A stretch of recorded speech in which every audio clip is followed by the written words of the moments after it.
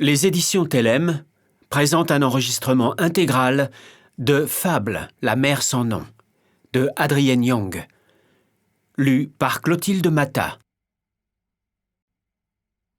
Prologue. Ma première plongée fut suivie de mon premier verre de rail. Les flots vibraient du chant des pierres précieuses. Je nageais derrière la silhouette de ma mère, en direction de la tache de lumière qui ondoyait à la surface de l'eau. Je battis des jambes jusqu'à ce qu'elles me brûlent. Ma ceinture de plongeuse m'alourdissait. Isolde avait insisté pour que je la porte, même si c'était la première fois que je descendais vers les récifs. Le cœur cognant dans ma poitrine, je grimaçais avant de refaire surface sous un ciel éclatant. Sitôt ma vision ajustée, je remarquai que mon père nous observait depuis l'alouette, les coudes posés sur le bastingage à bâbord. Ses sourires étaient rares, mais celui qui l'affichait alors faisait briller ses yeux, comme une étincelle jaillissant d'un silex. Dans l'eau, ma mère m'attira à elle et me souleva pour que j'attrape le premier barreau de l'échelle à laquelle je grimpais, tremblante de froid. Saint m'attendait en haut. Dès que j'eus franchi le bastingage, il me prit dans ses bras puis me porta sur le pont, mes cheveux dégoulinant d'eau de mer. Nous nous retirâmes dans les quartiers du timonier. Saint m'enveloppa dans la courte pointe à l'odeur de molène épicée qui recouvrait le lit. Un instant plus tard, ma mère entra à son tour. Mon père versa du rail dans un verre couleur émeraude qu'il posa au milieu du bureau. Je le pris, puis l'inclinai pour diffracter la lumière du soleil et faire chatoyer les facettes du petit récipient. Saint attendait, un côté de sa moustache relevé par un sourire. Je portais le verre à mes lèvres et le vidais d'un trait. La brûlure s'épanouit dans ma gorge avant de descendre en flèche dans mon estomac. J'aspirais de l'air, dans un sifflement, le souffle coupé. Ma mère me regarda. Dans ses yeux, il y avait quelque chose que je n'avais encore jamais vu. De la vénération. Comme si un événement à la fois merveilleux et éprouvant venait de se produire. L'air ému, elle me plaça entre elle et Saint. Ainsi blottie dans leur chaleur, je me sentis immédiatement redevenir l'enfant que j'étais. Hélas, je ne me trouvais plus à bord de l'alouette. 1. Le fracas d'une poulie heurtant le pont me fit cligner des yeux et le monde qui m'entourait réapparut brusquement, baigné d'une blancheur aveuglante. Des bruits de pas sur le plancher, des ombres sur la dunette, les voiles du grand mât qui claquaient et ondulaient. Alors que je plissais les yeux, ébloui par le soleil, la douleur me vrilla le crâne. L'équipage du Luna comptait une vingtaine de membres, voire davantage si l'on incluait les enfants errants de la rive qui se trouvaient à bord. Certains devaient être sous le pont ou cachés dans les quartiers du timonier. Depuis que j'avais repris conscience sur ce navire, Zola demeurait invisible.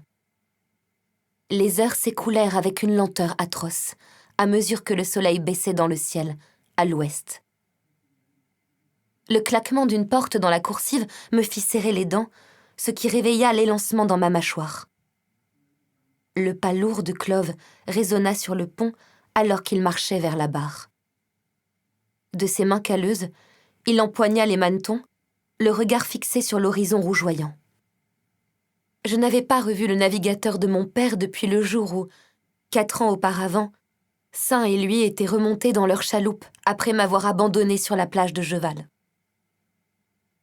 Mais je connaissais bien son visage.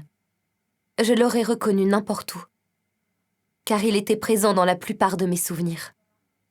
Mes souvenirs de l'alouette, de mes parents. Il était là, y compris dans les plus anciens fragments de mon passé. Depuis que j'avais remarqué sa présence, Clove n'avait pas daigné me jeter un regard.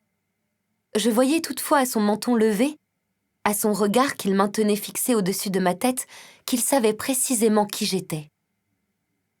En dehors de mes parents, il était ma seule famille. La nuit où l'alouette avait sombré dans le collet de la tourmente, il m'avait sauvé la vie. Cependant, lui non plus ne s'était pas retourné lorsqu'il avait quitté Jeval avec mon père. Et il n'était jamais revenu me chercher. Quand j'avais retrouvé sain, il m'avait annoncé que Clove était parti. Je l'avais imaginé gisant sur un lit de vase, dans les profondeurs des goulets, réduit à l'état de squelette. Mais il était bien là, au poste de navigateur du Luna. Il sentait mon regard insistant peser sur lui. Peut-être les mêmes souvenirs qu'il avait pris soin d'enfouir émergeaient-ils de sa mémoire. Il lui maintenait le dos droit. Plaqué sur son visage une expression de froideur à peine décontenancée. Pourtant, il mettait un point d'honneur à ne pas me regarder. Était-il toujours le Clove que j'avais connu ? La réponse à cette question pouvait avoir un impact considérable sur ma vie. Une paire de bottes s'arrêta devant le mât de misaine auquel j'étais attachée.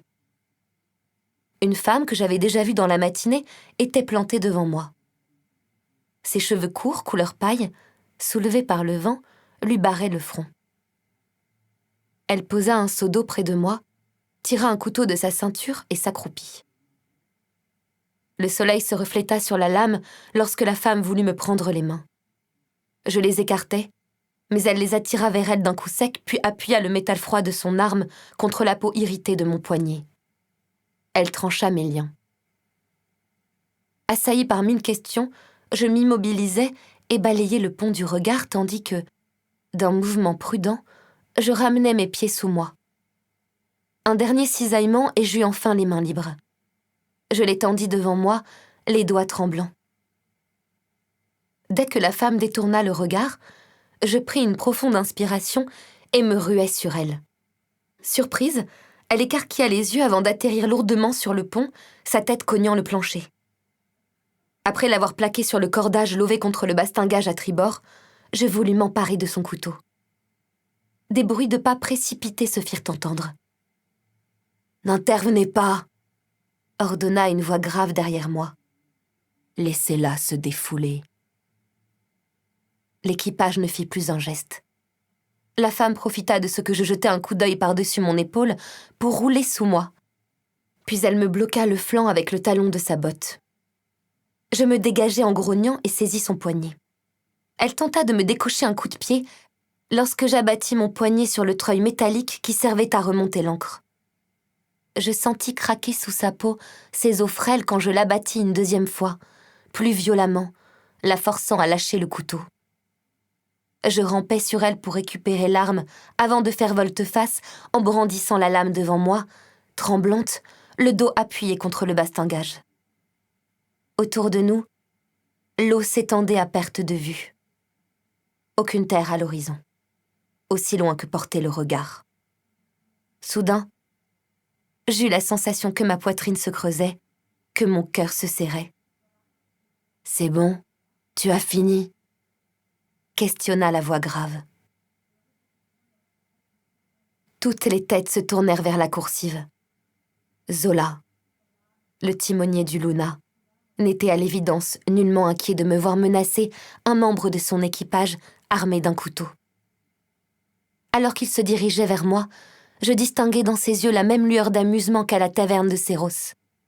Un sourire en coin illuminait son visage. « Je t'ai dit de la laver, Kala », déclara-t-il en laissant son regard tomber sur la femme à mes pieds. Elle me considéra d'un œil mauvais, furieuse d'être en si fâcheuse posture devant le reste de l'équipage. Son poignet brisé qu'elle serrait contre elle enflait déjà. Zola s'avança et me tendit la main, désignant le couteau du menton. Comme je ne bougeais pas, son sourire s'élargit. Un silence glacial enveloppa le navire. De son autre main, le timonier m'agrippa la gorge et me bloqua contre le bastingage. Il me comprima la trachée jusqu'à m'empêcher de respirer. Puis il se pencha en avant pour me faire basculer au-dessus des flots. Mes orteils ne touchaient plus le pont. Parmi les têtes derrière lui, je cherchais les mèches blondes rebelles de Clove, en vain. Sur le point de tomber, je lâchai le couteau qui atterrit sur le pont avec un bruit métallique qui glissa, hors de portée. Après l'avoir ramassé, Kala le remit à sa ceinture. Aussitôt, Zola me libéra. Je m'effondrais sur les cordages, suffocante, et tâchais de reprendre mon souffle. « Lave-la !» répéta-t-il à l'intention de Kala. Il m'observa encore un instant puis tourna les talons. Il passa entre les membres de l'équipage pour rejoindre la barre contre laquelle Clove était appuyé, l'air toujours aussi indifférent. De sa main valide, Kala m'agrippa sans ménagement par le bras et me poussa vers la proue, où le seau d'eau attendait toujours près du mât de misaine. Pendant que l'équipage se remettait au travail, la femme sortit un chiffon de l'arrière de sa ceinture.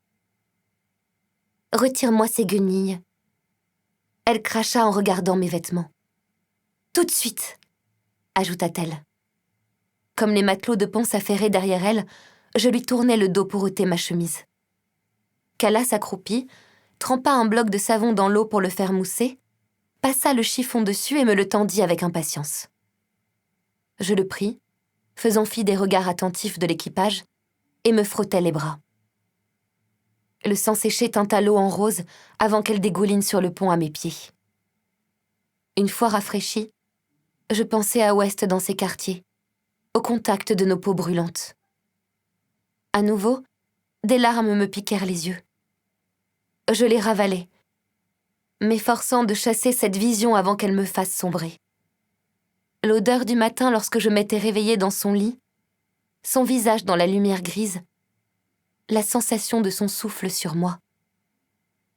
Je portais la main à mon cou, songeant à sa bague que j'avais récupérée chez l'usurier. Je ne l'avais plus. West s'était réveillé seul dans sa cabine. Il avait dû attendre à la proue, scruter le port, et ne me voyant pas revenir, il s'était peut-être lancé à ma recherche dans Derne. J'ignorais si on m'avait vu être entraînée de force sur le Luna. Si oui, il y avait peu de chances que le ou les témoins aient donné l'alerte.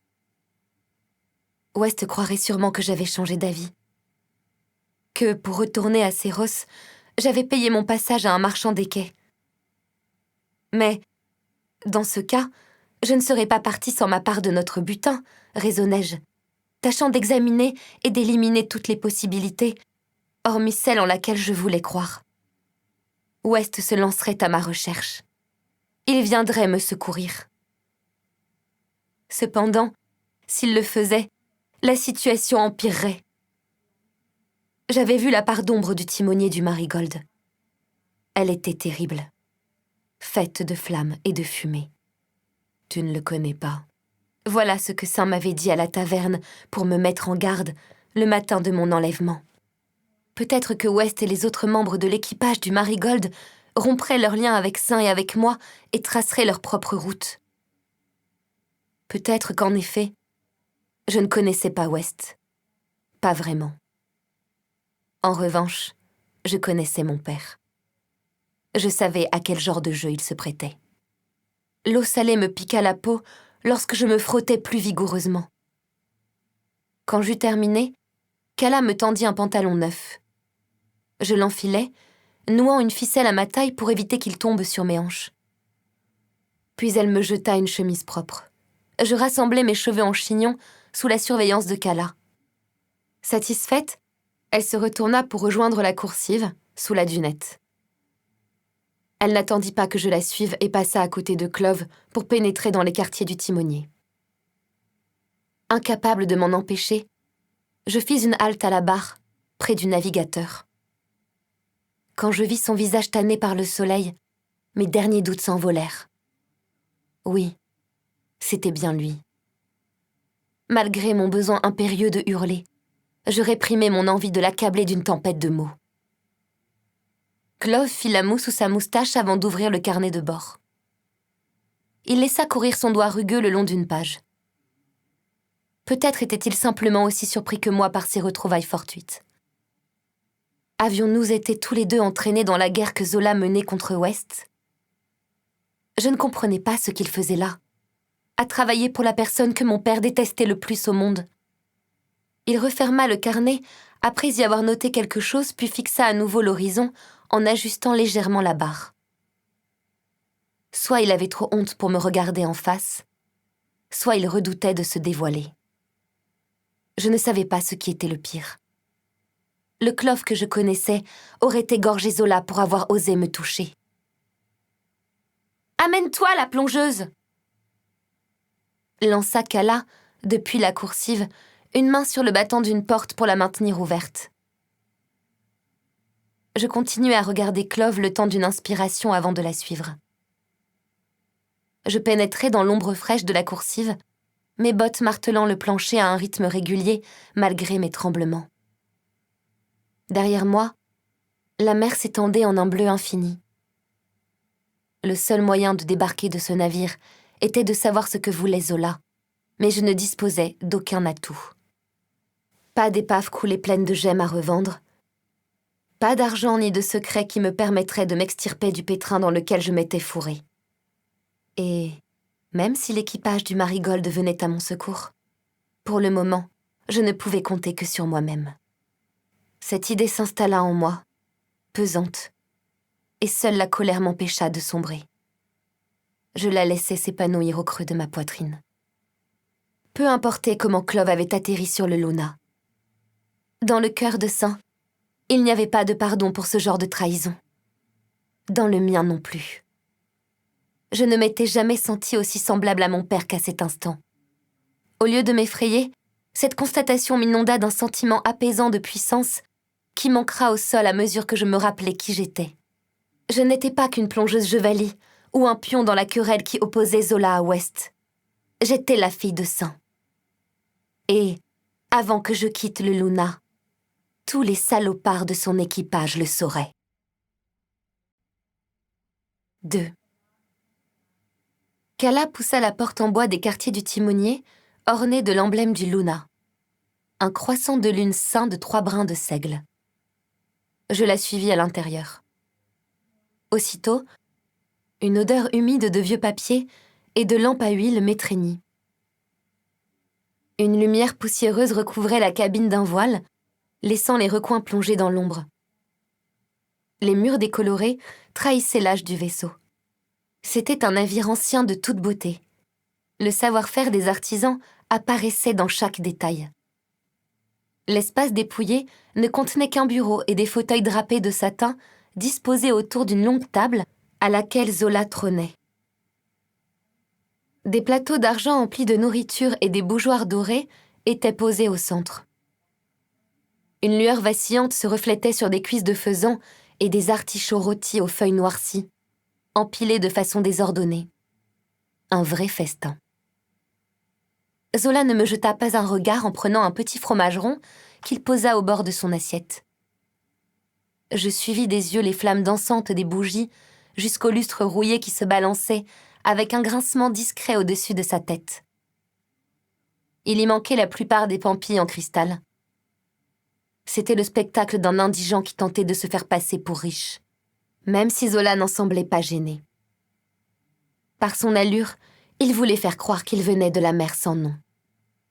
En réalité, le sang des goulets coulait dans ses veines.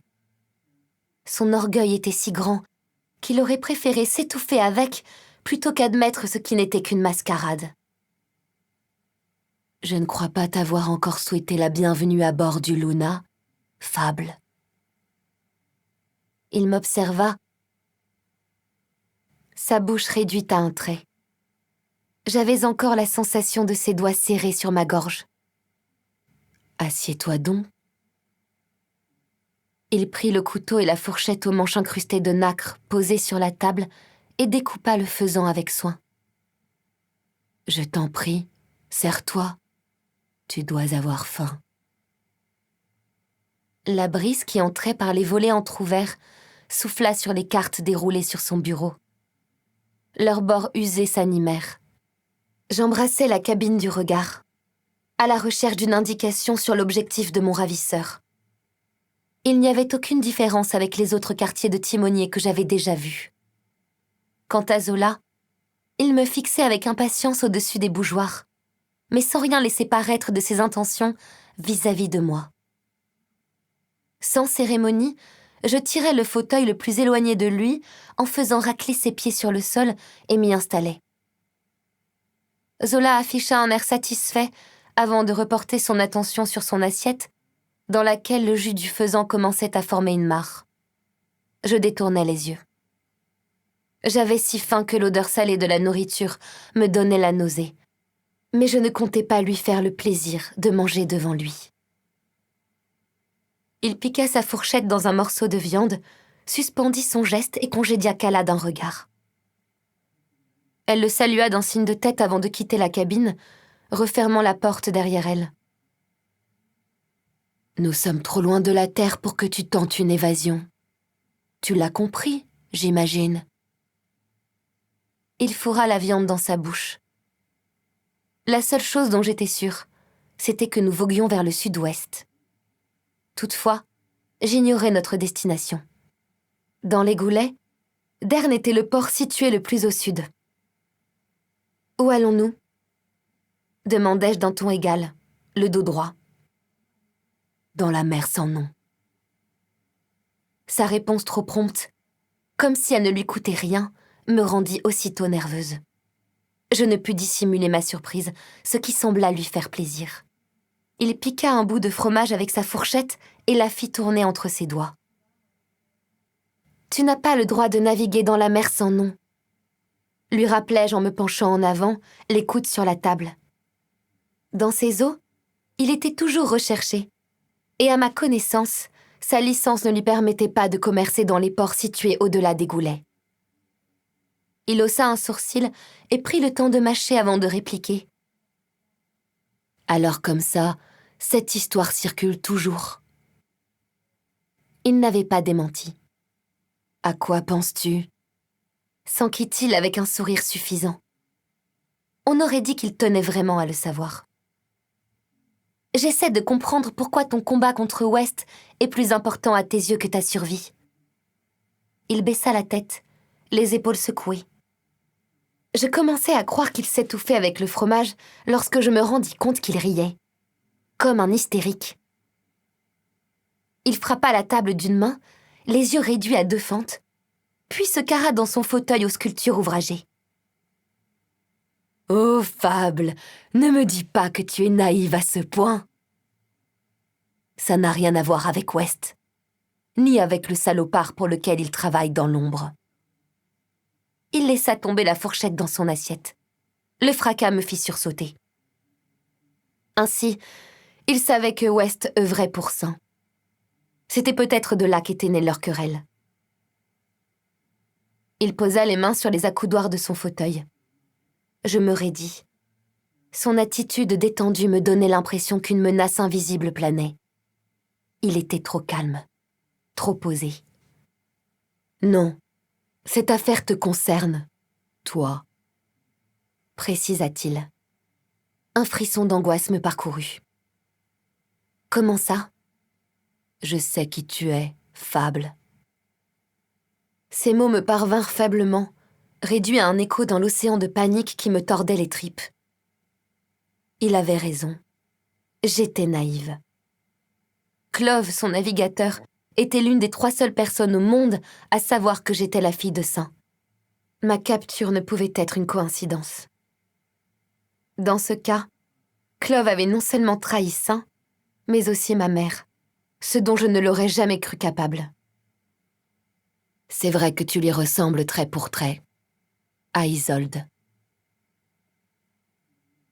Zola prononça le nom de ma mère avec une telle familiarité que j'en eus l'estomac comme rempli d'acide. J'avais eu du mal à croire mon père quand il m'avait dit qu'Isolde avait fait partie de l'équipage du Luna avant qu'il l'embauche sur son navire. Elle ne m'avait jamais rien dit de cette époque, de son départ de Bastiane à son arrivée sur l'Alouette. Comme si ça n'avait pas existé. Zola et mon père étaient déjà ennemis à ce moment-là. La guerre entre les marchands ne connaissait pas de trêve. Mais Zola avait enfin trouvé une arme qui pouvait changer la donne. « Comment l'as-tu appris ?» demandai-je en le regardant avec circonspection. « Vas-tu faire semblant de ne pas connaître mon navigateur ?» Il posa sur moi le même regard glacé. « Saint s'est fait beaucoup d'ennemis, Fable. La vengeance est une motivation puissante. » J'inspirais lentement, emplissant d'air humide ma poitrine douloureuse. Une petite part de moi aurait voulu qu'il mente. Un fragment de mon esprit pulvérisé espérait que ce n'était pas Clove qui avait vendu la mèche. Si tu sais qui je suis, alors tu sais que Saint te tuera lorsqu'il saura ce que tu as fait. Répliquai-je en souhaitant de tout cœur que ce soit vrai. Zola haussa les épaules. Il ne posera pas problème bien longtemps, déclara-t-il d'un ton assuré. Ce qui m'amène à la raison de ta présence à bord. J'ai besoin de ton aide. Il se redressa sur son fauteuil, prit une miche de pain et en rompit un morceau. Je le regardai y étaler une épaisse couche de beurre. De mon aide ? Il acquiesça. Oui. Ensuite, tu pourras réintégrer ton misérable équipage, ou bien t'installer dans un trou à Séros si ça te chante. Sa sincérité apparente me déstabilisait. Dans ses yeux, il n'y avait pas une ombre de duplicité. Mon regard se porta sur les tranches de mer bleue qui scintillaient à travers les lames des volets entr'ouverts. Puisqu'il avait besoin de moi, une négociation était possible. Qu'attends-tu de moi ? Quelque chose qui est dans tes cordes. Il effeuilla lentement un artichaut avant d'en mordre le cœur du bout des dents. Tu ne manges rien ? Me questionna-t-il. Tu invites toujours tes prisonnières à ta table ? Rétorquai-je en le toisant.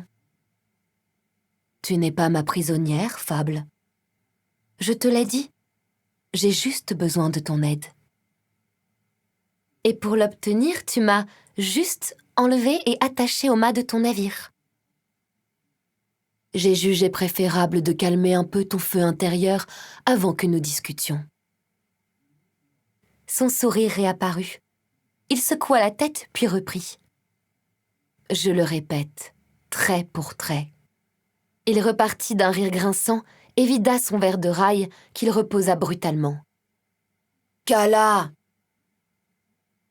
Des bruits de pas résonnèrent derrière la porte avant qu'elle s'ouvre. La femme patienta dans l'encadrement. Elle va te montrer ton hamac dans la cabine de l'équipage. Si tu as besoin de quelque chose, adresse-toi à elle. Mon hamac ? Perplexe, je les observai tour à tour. Tu recevras tes ordres demain. J'attends que tu obéisses sans poser de questions. Sur ce navire, ceux qui ne travaillent pas ne mangent pas. En général, ils ne retournent jamais à terre non plus. M'avertit-il. Son sourire remplacé par un froncement de sourcils. Je n'aurais su dire si l'expression de son visage reflétait la folie ou l'hilarité. Les deux, peut-être. Je veux récupérer mon couteau, exigeai-je. Tu n'en as pas besoin, rétorqua-t-il la bouche pleine. L'équipage a reçu l'ordre de te laisser tranquille. Tant que tu es sur le Luna, tu ne crains rien. Je veux le récupérer, insistai-je. Ainsi que la bague que tu m'as volée. Il parut y réfléchir en essuyant ses doigts graisseux dans une serviette en lin. Enfin, il se leva et se dirigea vers son bureau calé au fond de la cabine. Il glissa la main dans le col de sa chemise et en sortit une chaîne en or dans laquelle était passée une clé en fer noir. Il l'inséra dans la serrure d'un tiroir et l'ouvrit. Suspendue à une ficelle, la bague chatoya quand il me la tendit. Il me donna ensuite le couteau en me le présentant par le manche. « J'ai déjà vu cette lame. » commenta-t-il. Elle appartenait à West. Il me l'avait donnée sur le Marigold, juste avant que nous accostions à Derne pour vendre le butin récupéré dans l'épave de l'Alouette. Je la pris des mains de Zola. Je laissai courir mon pouce le long du manche usé et sentis grossir dans ma gorge une boule douloureuse. Pendant un instant, je perçus la présence de West, aussi furtive qu'une bourrasque sur le pont d'un bateau. Là, une seconde, et envolée la suivante, glissant le long du bastingage avant de s'éparpiller en mer. Je rangeai le couteau dans ma ceinture, puis sortis dans la coursive sombre. « Amène-toi » m'ordonna Kala d'un ton peu amène. Elle s'engagea dans l'escalier qui menait sous le pont. J'hésitais avant de la suivre et jetai un coup d'œil en arrière pour voir Clove, mais quelqu'un l'avait remplacée à la barre. Les marches grincèrent lors de notre descente dans le ventre du navire, où il faisait plus frais. Des lanternes alignées éclairaient faiblement la coursive. Contrairement au Marigold, une artère principale desservait un réseau de corridors qui serpentait sous le pont et débouchait sur les cabines et compartiments de la cale. Alors que nous passions devant une porte ouverte, je m'arrêtai. Un homme prenait des notes à côté d'un assortiment d'outils. Piolets, maillets, burins. Mon front se plissa face au métal tout neuf qui brillait dans l'obscurité. Des outils de plongeur. Derrière l'homme, la cale était un gouffre noir. Le Luna était conçu pour transporter de gros volumes de marchandises. Pourtant, sa coque était vide. De toute évidence, la cargaison avait été déchargée récemment. Lorsque j'avais vu ce navire à Séros, il était lourdement chargé. En plus de se diriger vers la mer sans nom, alors qu'il n'avait pas le droit d'y naviguer, Zola s'y rendait sans aucune marchandise à vendre. Sentant mon regard peser sur lui, l'homme s'immobilisa. Il leva ses yeux pareils à des éclats de tourmaline noire. D'une main, il referma le battant. Je serrai les poings. Les paumes moites. Zola avait raison. J'ignorais complètement ce qu'il manigançait. Kala longea les 3 couloirs jusqu'au bout, où une ouverture débouchait sur une cabine sombre. J'y pénétrai, portant par réflexe une main à mon couteau. Des hamacs vides se balançaient, attachés aux poutres épaisses, au-dessus de vestes et de ceintures suspendues à des crochets fixés sur les cloisons. Dans un coin, un dormeur ronflait, une main pendant hors de sa couche. « C'est ici que tu dormiras. » D'un signe de tête, Kala désigna un des hamacs du bas sur la 3e rangée. « C'est la cabine de l'équipage, » fis-je remarquer. Elle me fixa. « Je n'en fais pas partie, » ajoutai-je face à son absence de réaction. L'indignation qui perçait dans ma voix rendait mes propos agressifs. La perspective de dormir avec l'équipage me faisait grincer des dents. Ma place n'était pas ici. Elle ne le serait jamais. Si, jusqu'à ce que Zola dise le contraire. Rétorqua Kala. Mes protestations semblaient l'agacer au plus haut point. Il a donné des consignes strictes pour qu'on te fiche la paix. Mais sache que... Elle baissa la voix et poursuivit. On sait ce que vous avez fait à Crane. Bande de salopards. On ne l'oubliera pas. Ce n'était pas un avertissement. C'était une menace. Je resserrai les doigts sur le manche du couteau. Si l'équipage savait que j'étais sur le Marigold au moment où West et les autres avaient jeté Crane à la mer, alors ce navire comptait autant d'ennemis à son bord que de personnes qui respiraient. Kala laissa ce silence hostile se prolonger entre nous avant de s'en aller. J'observai la cabine obscure et laissai échapper un soupir tremblant. Le martèlement des bottes résonna au-dessus de moi. Le navire gita légèrement quand un coup de vent s'engouffra dans les voiles et les hamacs oscillèrent comme l'aiguille d'un compas. Le calme inquiétant m'incita à m'envelopper de mes bras. Pour avoir une bonne vue sur la cabine, je préférais m'asseoir entre 2 malles, dans l'un des recoins plongés dans le noir. Je n'avais aucun moyen de quitter ce navire avant qu'il soit amarré à un port, ni de savoir où nous allions précisément. Et pourquoi. Mon premier jour sur le Marigold me revint soudain en mémoire. Je me tenais dans la coursive, la main plaquée sur l'emblème qui ornait la porte. J'étais alors une étrangère, mais j'étais parvenue à me faire une place à bord. À présent, tout en moi souffrait de ne plus y être. Une brusque chaleur se diffusa sous ma peau. Les larmes me brûlèrent les yeux. Car oui, j'avais été naïve.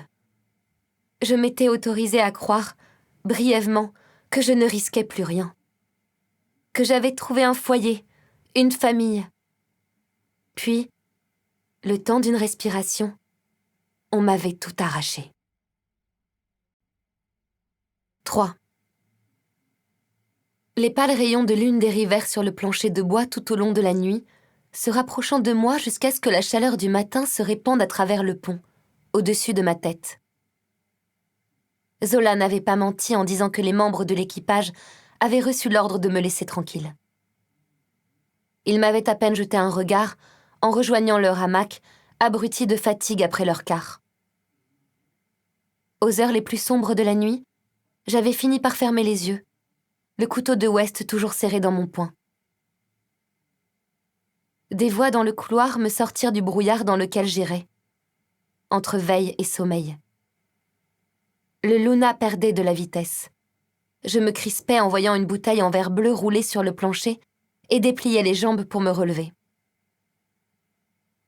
Le martèlement des pas s'attarda au-dessus de moi. Appuyé contre la cloison, je guettais les mouvements par la porte. Mais seul le bruit du vent s'engouffrait dans la coursive. « Affalez les voiles !» La voix tonnante de Clove me fit sursauter. Mon ventre se noua lorsque je vis des ombres passer fugacement dans les interstices entre les planches du pont. Nous allions accoster. Clove lança une série d'ordres successifs et d'autres voix lui répondirent. Quand le navire grinça à nouveau, je dérapai sur le bois humide et dus me tenir à la cloison pour ne pas perdre l'équilibre. Soit nous allions naviguer à vive allure et étions sortis des goulets en une seule nuit, soit nous marquions un arrêt. Je franchis la porte, une main sur la cloison, les yeux sur les marches. Kala ne m'avait pas donné l'ordre de rester dans la cabine et Zola m'avait assuré que je n'étais pas sa prisonnière. Mais j'avais la désagréable impression que l'on attendait que je m'aventure seule sur le navire pour me planter un couteau dans le dos. En haut de l'escalier, je me retrouvais le visage baigné par le soleil. Aveuglée, je battis rapidement des paupières et tentai d'ajuster ma vision. 2 membres d'équipage grimpaient au mât immense pour choquer les halbas de manière synchronisée jusqu'à avoir pris des risses. À la vue de Clove à la barre, je me glissais dans l'ombre de l'un des mâts pour l'observer discrètement. Un ressentiment mêlé de fureur s'empara de tout mon être.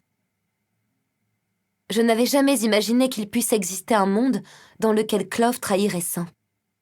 Mais le pire, c'est que ma mère lui avait fait confiance. Elle l'avait aimé comme un frère. Et l'idée qu'il ait été capable de la trahir, elle, était inconcevable.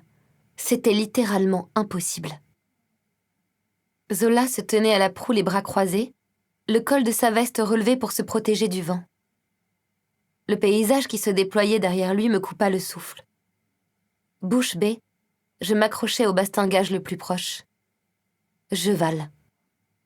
L'île principale scintillait comme une émeraude sur la mer d'un bleu vif, le soleil pointant au-dessus de la colline familière au loin. Les îles barrières émergeaient des eaux tourbillonnantes, telles des dents carriées. Le Luna dérivait dans la dernière baie, où se situaient les quais rudimentaires. La dernière fois que je m'étais trouvée sur cette île, j'avais dû fuir pour échapper à la mort. Après 4 années passées à plonger entre ces récifs pour survivre, je m'étais mise à la merci de l'équipage du Marigold. Chacun de mes muscles se contracta à mesure que nous nous rapprochions. Quand le Luna fut suffisamment près, un garçon aux pieds nus que je reconnus courut le long du quai pour attacher les amarres. À côté de moi, un matelot de pont enjamba le bastingage. Sur le flanc du navire, à tribord, il dénoua les fixations de l'échelle qui se déroula dans un claquement. « Qu'est-ce qu'on fait là ?» lui demandai-je à voix basse. L'homme leva les yeux vers moi, haussa un sourcil et me dévisagea sans répondre. « Ryland! Wick !» appela-t-il. 2 membres d'équipage assez jeunes descendirent de la dunette. L'un était grand et déguindé, le crâne surmonté d'une touffe de cheveux blonds. L'autre, les cheveux noirs tondus, était large d'épaules et musclé. Le matelot de pont fit tomber une caisse devant eux, dans un fracas métallique qui me fit tressaillir. Elle contenait les outils de plongeur que j'avais aperçus la veille au soir. « Triez-moi ça !» D'après la ceinture à leur taille, ils étaient les plongeurs de Zola. Sentant l'attention que je lui portais, l'homme au crâne tondu leva les yeux vers moi. Son regard me brûla comme le rail. Jeval n'était pas un port. On venait ici uniquement pour se délester d'un surplus de marchandises. Par exemple, une caisse d'œufs frais qui n'avait pas trouvé preneur dans les villes portuaires, ou quelques poulets en trop que l'équipage n'avait pas consommés. Il y avait aussi les carmines qu'on s'y procurait. Cela dit, ce n'était pas ce genre de pierre qui attirait les équipages comme celui de Zola. Et jusqu'à présent, je n'avais jamais vu de navire arborant son emblème accosté à Jeval. Si nous faisions halte ici, c'est que Zola avait besoin d'autre chose. Quelque chose qu'il ne trouverait pas dans les goulets. Je longeais le bastingage en direction de la proue et me positionnais derrière le mât de misaine pour observer le quai sans risquer d'être repéré par quelqu'un qui pourrait me reconnaître. Les autres navires ancrés étaient de taille modeste. Au loin, j'avisais les embarcations légères pleines de plongeurs qui venaient marchander sur l'île, laissant une trace blanche dans leur sillage. Il y a encore quelques semaines, j'aurais été l'une de ces personnes. J'aurais rejoint les îles Barrières pour aller à la rencontre de l'équipage du Marigold venu m'acheter mes carmines. Ces matins-là, je me réveillais avec un nœud à l'estomac et redoutais la petite voix dans ma tête qui me soufflait qu'une fois la brume levée, West ne serait pas au rendez-vous. Mais, lorsque je regardais la mer du haut de la falaise qui la surplombait, les voiles du Marigold étaient bien visibles. Elles l'étaient toujours. Zola mit une tape dans le dos de Clove avant de descendre l'échelle. Il n'y avait pas de maître de port à Jeval. En cas de besoin, il fallait s'adresser à Soren, qui attendait déjà au bout du quai. Le soleil se reflétait sur les verres embués de ses lunettes lorsqu'il leva la tête vers le Luna. Un instant, je crus que ses yeux s'étaient posés sur moi. Il m'avait plus d'une fois accusé d'avoir volé sur les quais et m'avait même obligé à rembourser une dette imaginaire équivalent à une semaine de pêche. Heureusement, il se désintéressa de moi aussi vite qu'il m'avait repéré. Je réalisais que je n'étais plus la jeune fille qui avait bondi sur l'échelle du Marigold. Celle qui, suppliante, avait à peine eu de quoi survivre ces quelques années à Jeval. À présent, j'étais la jeune fille qui avait trouvé sa voie et qui avait quelque chose à perdre. Les bottes de Zola touchèrent le quai dans un bruit sourd. Soren s'avança jusqu'au bas de l'échelle d'un pas nonchalant et pencha son oreille valide vers le timonier lorsque celui-ci lui adressa la parole. Il haussa un de ses sourcils broussailleux au-dessus de ses lunettes avant d'acquiescer. La cale étant vide, Zola ne pouvait régler ses affaires qu'avec de l'argent. Or, il n'y avait rien à acheter sur cette île hormis du poisson, des cordages et des carmines. Rien qui ait une quelconque valeur dans la mer sans nom. Soren laissa Zola, puis s'enfonça dans la foule rassemblée sur les pontons de bois branlants. Il se fraya un chemin à coups d'épaule jusqu'à l'autre bout du quai, où les sloops ralentissaient à proximité de la plage pour y déverser les plongeurs pieds nus, prêts à vendre leur prise. Après avoir traversé toute cette agitation, il disparut derrière un navire. Autour de moi, chacun vaquait à ses occupations. Apparemment, aucun des membres de l'équipage ne s'étonnait de cette halte à Jeval. Sur le grand mât et les ponts supérieurs, les matelots de pont déroulaient les tourmentins. Pas ceux qu'on utilisait dans les goulets, mais ceux conçus pour les terribles coups de vent qui sévissaient dans la mer sans nom. Derrière moi, la mer s'étendait jusqu'à Derne dans un bleu infini. J'avais su comment survivre à Jeval. Si je trouvais un moyen de débarquer... Mes pensées s'embrouillèrent. Si les membres de l'équipage du Marigold étaient à ma recherche, ils avaient probablement suivi l'itinéraire habituel de Zola. Il n'était pas impossible qu'ils finissent par arriver à Jeval. Malgré tout, une part de moi se demandait s'ils n'allaient pas arrêter les frais. Ils disposaient du butin de l'Alouette. Ils pouvaient s'affranchir de Saint et lancer leur propre route commerciale. Un chuchotement encore plus ténu souffla au fond de mon esprit. Et s'ils ne me cherchaient pas? Crispé, je fixai la pointe de mes bottes. J'avais juré de ne jamais revenir à Jeval. Mais c'était peut-être ma seule chance de rester dans les goulets. Serrant plus fort le bastingage, je scrutais l'eau en contrebas. Si je sautais, je pourrais atteindre les îles Barrières plus rapidement que n'importe qui sur ce navire et me cacher dans l'abondant varech de la crique. Au bout d'un moment, ils abandonneraient leurs recherches. Sentant un regard glisser sur ma peau, je jetai un coup d'œil en arrière. De l'autre côté de la proue, Clove me fixait, comme s'il lisait dans mes pensées.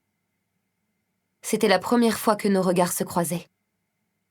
Le sien, pareil à une tempête, ne fléchit pas. Il exerçait sur moi la même attraction que l'eau profonde sous nos pieds. Je lâchai le bastingage. Après m'être retournée, je m'y appuyai, scrutant à mon tour le marin. Il avait vieilli. Sa barbe blonde était striée de fils argentés. Sous les tatouages qui recouvraient ses bras, sa peau n'était plus aussi dorée. Mais c'était toujours Clove. L'homme qui, sur l'alouette, me chantait les vieilles chansons des tavernes pour m'endormir. Celui qui m'avait appris à voler discrètement les passants lorsque nous étions au port, et qui m'achetait des oranges sanguines sur les quais de Derne. À cet instant, je n'avais jamais éprouvé autant de haine. Je n'avais jamais autant souhaité la mort de quelqu'un. Ses muscles se raidirent au moment où ses pensées me vinrent. J'imaginais Clove dans la caisse que West avait balancée dans les flots noirs, ses cris jaillissant au fond de sa gorge. Le sourire qui se dessina au coin de ma bouche emplit mes yeux de larmes et rouvrit ma lèvre fendue. Il continua à me fixer d'un regard morne une seconde encore avant de disparaître sous l'arche qui menait au quartier du timonier. La brûlure derrière mes yeux allait de pair avec la fureur qui bouillonnait dans ma poitrine. Si Clove s'était dressé contre Saint, alors Zola avait sans doute raison. Clove voulait se venger. Et il se servait de moi pour arriver à ses fins. Des éclats de voix résonnèrent plus bas. Je me retournai vers le quai, où Soren était revenu, un parchemin à la main. Il le déroula devant Zola, qui l'étudia attentivement. Quand il eut terminé, il prit la plume de la main de Soren et signa le document. À côté de lui, un petit garçon y fit couler un peu de cire. Zola apposa le seau de sa bague de marchand, puis laissa refroidir la cire. Il venait de conclure un marché. Un instant plus tard, plusieurs plongeurs s'alignèrent sur le quai, épaule contre épaule. Je fronçai les sourcils à la vue de Zola, marchant lentement devant la file pour les inspecter l'un après l'autre. Il s'arrêta en remarquant que l'un des plus jeunes gardait sa main droite dans son dos. Il s'approcha alors, et d'un coup sec, ramena le bras du garçon devant lui. Ses doigts étaient bandés. Il le relâcha avant de le congédier. Un autre plongeur en retrait prit sa place. Alors seulement, je compris ses intentions. Nous ne faisions pas halte à Jeval pour nous approvisionner ou pour commercer. Zola n'était pas venu acheter des carmines. Il était venu recruter des plongeurs. « Parez à la manœuvre !» brailla Clove quelque temps plus tard. Un matelot de pont me poussa pour m'écarter du bastingage. « Dégage de là !» grogna-t-il. Je le contournai pour ne pas perdre une miette de la scène. Mais on levait déjà l'ancre. Kala grimpa les marches de la dunette. Je la suivis de près. Zola remonta à bord du navire avec les premiers plongeurs qu'il avait sélectionnés. Ils se dispersèrent sur le pont. L'équipage du Luna interrompit son travail. Tous les yeux se posèrent sur les nouveaux arrivants au teint hâlé qui venaient d'enjamber le bastingage. Voilà pourquoi Zola avait besoin de moi. Il allait organiser des plongées. Pourtant, son équipage comptait déjà 2 plongeurs, et même 3 avec moi. Or, 8 Jevali venaient déjà d'embarquer sur le Luna, et d'autres encore grimpaient à l'échelle. Au loin, la surface de l'eau s'agita. Des vagues se dessinèrent sous le vent du nord. Une bourrasque me fit frissonner tandis qu'on remontait les amarres. Je me tournai de nouveau vers le pont. Les derniers plongeurs embarqués, je me pétrifiais en voyant le soleil éclairer un visage que je connaissais bien. Un visage qui m'avait inspiré de la crainte presque chaque jour que j'avais passé à Jeval. Quand Coy prit place dans la file, il dépassait les autres plongeurs d'une tête ou presque. Lorsqu'il s'aperçut de ma présence, il me regarda avec un air surpris qui devait refléter le mien. Je soufflai longuement. Et merde! Lâchai-je d'une voix rauque. 4. J'observais Coy avec attention. Appuyé contre les caisses sanglées le long de la poupe, il contemplait les voiles déployées au-dessus de lui. Le Luna s'éloignait déjà des îles Barrières. Jeval rapetissait peu à peu derrière nous. Quelle que soit notre destination, Zola semblait pressé. Coy m'ignorait, mais je savais qu'il sentait mon regard peser sur lui. Je tenais à ce qu'il le sente. La dernière fois que je l'avais vu, il courait à perdre haleine sur les quais, dans le noir, en hurlant mon nom fou de rage. Je le revoyais sous l'eau, cette même journée, un ruban de sang traînant dans son sillage. J'ignorais ce qui m'avait poussé à lui porter secours. Je m'étais posé la question maintes fois et n'avais toujours pas de réponse logique. Si les rôles avaient été inversés, Coy n'aurait pas hésité à me laisser me noyer.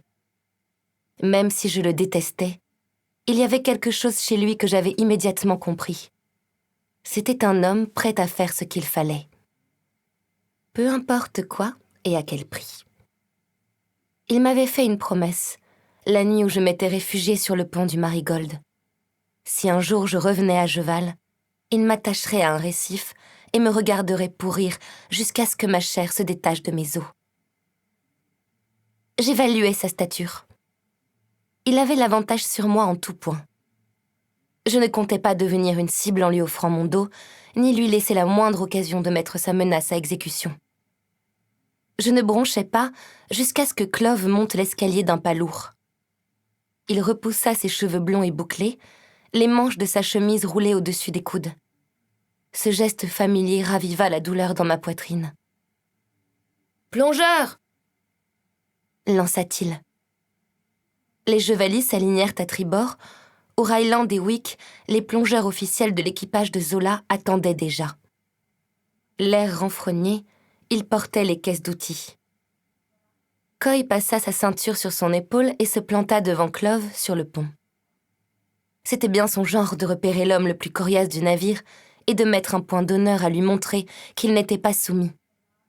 Mais Clove ne lui accorda pas la moindre attention. C'était moi qui le regardais. L'éclat de ses yeux froids, imperturbables, me donna un coup au cœur.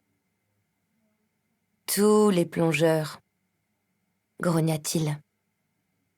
Je me mordis la lèvre pour l'empêcher de trembler. Il lui avait suffi d'un regard pour me faire remonter des années en arrière et redevenir la fillette que j'étais sur l'Alouette et qu'il réprimandait en cas de nœud raté. Je durcis l'expression de mon visage et rejoignis la file tout en restant un peu à l'écart. « Tant que vous serez à bord de ce navire, vous êtes sommé d'obéir, » aboya-t-il. « Vous ferez ce qu'on vous demande.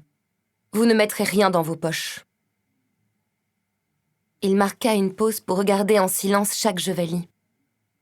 Je l'avais entendu des dizaines de fois prononcer ce genre de consigne sur le navire de mon père. Ça aussi, c'était douloureusement familier. « En travaillant pour le Luna, vous aurez 2 rations par jour, » poursuivit-il. « Et on attend de vous que vous gardiez vos quartiers propres. »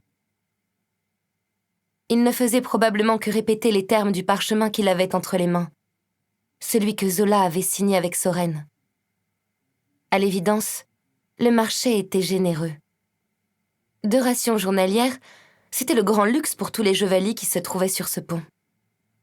Il y avait de fortes chances qu'ils rentrent chez eux avec plus d'argent qu'ils en auraient gagné en plusieurs mois de travail sur l'île. Le premier d'entre vous qui enfreindra ces règles devra rentrer à Jeval à la nage. Des questions ? On reste groupés, exigea Coy. Il fut le premier à intervenir pour donner ses propres conditions. Il faisait référence au quartier où il dormirait. Je le soupçonnais de vouloir s'assurer que l'équipage du Luna ne prendrait pas les plongeurs en traîtres. Sur Jeval, ils étaient partisans du « chacun pour soi ».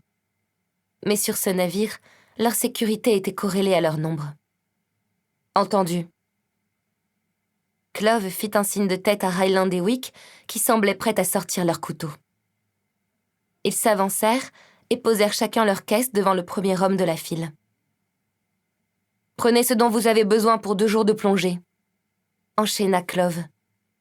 Considérez que ça fait partie de votre rémunération. » Il avait à peine achevé sa phrase que les plongeurs se précipitaient sur les caisses.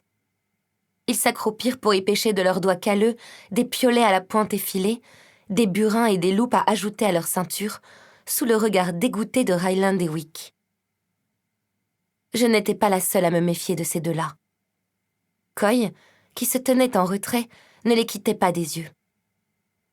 Quand ils s'en aperçurent, la tension silencieuse qui régnait sur le pont devint palpable. Je me sentis encore un peu plus invisible et j'en vins à me dire que la présence des plongeurs Jevali n'était pas une mauvaise chose. Cela détournait l'attention de moi, même ponctuellement. « Fable !» Je me raidis en entendant Clove m'appeler. Lentement, il s'avança vers moi. Je reculai, mes doigts sur le manche du couteau de West. Ses bottes s'arrêtèrent devant les miennes. Il me fixa sans gêne apparente. Les rides autour de ses yeux s'étaient creusées. Ses cils blonds ressemblaient à des fils d'or. Sous son oreille, il y avait une cicatrice que je n'avais jamais vue. Elle descendait jusqu'à sa gorge et disparaissait dans le col de sa chemise. Comment se l'était-il faite? Je m'efforçais de chasser cette question de mon esprit. « Faut-il que nous ayons certains d'entre eux à l'œil » m'interrogea-t-il. Du menton, il désigna les plongeurs sur le pont. Je lui jetai un regard noir. J'avais du mal à croire que c'était vraiment à moi qu'il s'adressait. Comme si nous étions dans le même camp. « Tu le sauras bientôt, j'imagine. » « Je vois. » Il tira une bourse de la poche de sa veste. « Combien cela me coûtera-t-il » ? « 4 ans. » répondis-je d'une voix sourde. Il fronça les sourcils d'un air interrogateur. Je fis un pas vers lui. Il resserra sa prise sur la bourse. « Rends-moi les 4 années que j'ai passées sur cette île. Ensuite, je te dirai lequel de ces plongeurs a le plus de chances de te trancher la gorge. » Ses yeux reflétaient toutes les pensées qu'il ne pouvait exprimer. « Non pas que cela me dérangerait, » ajoutai-je en inclinant la tête. « Au fond, on ne connaît jamais vraiment les gens, n'est-ce pas ?» Je laissais mes sous-entendus faire leur chemin en l'observant avec attention. Pas une ombre ne passa sur son visage. Pas le moindre indice de ce qu'il pensait. Chacun d'entre nous a un rôle à jouer, non ? Ce fut tout ce qu'il répliqua. « Toi plus que quiconque. Navigateur, informateur, traître ?» rétorquai-je. « Ne fais pas de vagues, Fable. » m'avertit-il à voix basse. « Obéis, et tu seras rétribué comme les autres. »« Et toi, combien Zola te paie-t-il » grondai-je. Il ne répondit pas. Que compte-t-il faire dans la mer sans nom? Il me regarda jusqu'à ce que les œillets métalliques chantent sur les cordages au-dessus de nos têtes, rompant le silence. Une voile qui se déployait jeta son ombre sur nous. Je levai les yeux vers elle. Sa silhouette se découpait dans la lumière du soleil, carré noir contrastant avec le ciel bleu. L'emblème peint sur la toile n'était pas celui de Zola, le croissant de lune ceint de brins de seigle. Je plissais les yeux pour mieux voir 3 oiseaux marins aux ailes déployées qui formaient un triangle incliné. Une bannière que je n'avais encore jamais vue. Nous allions voguer sous un nouveau blason.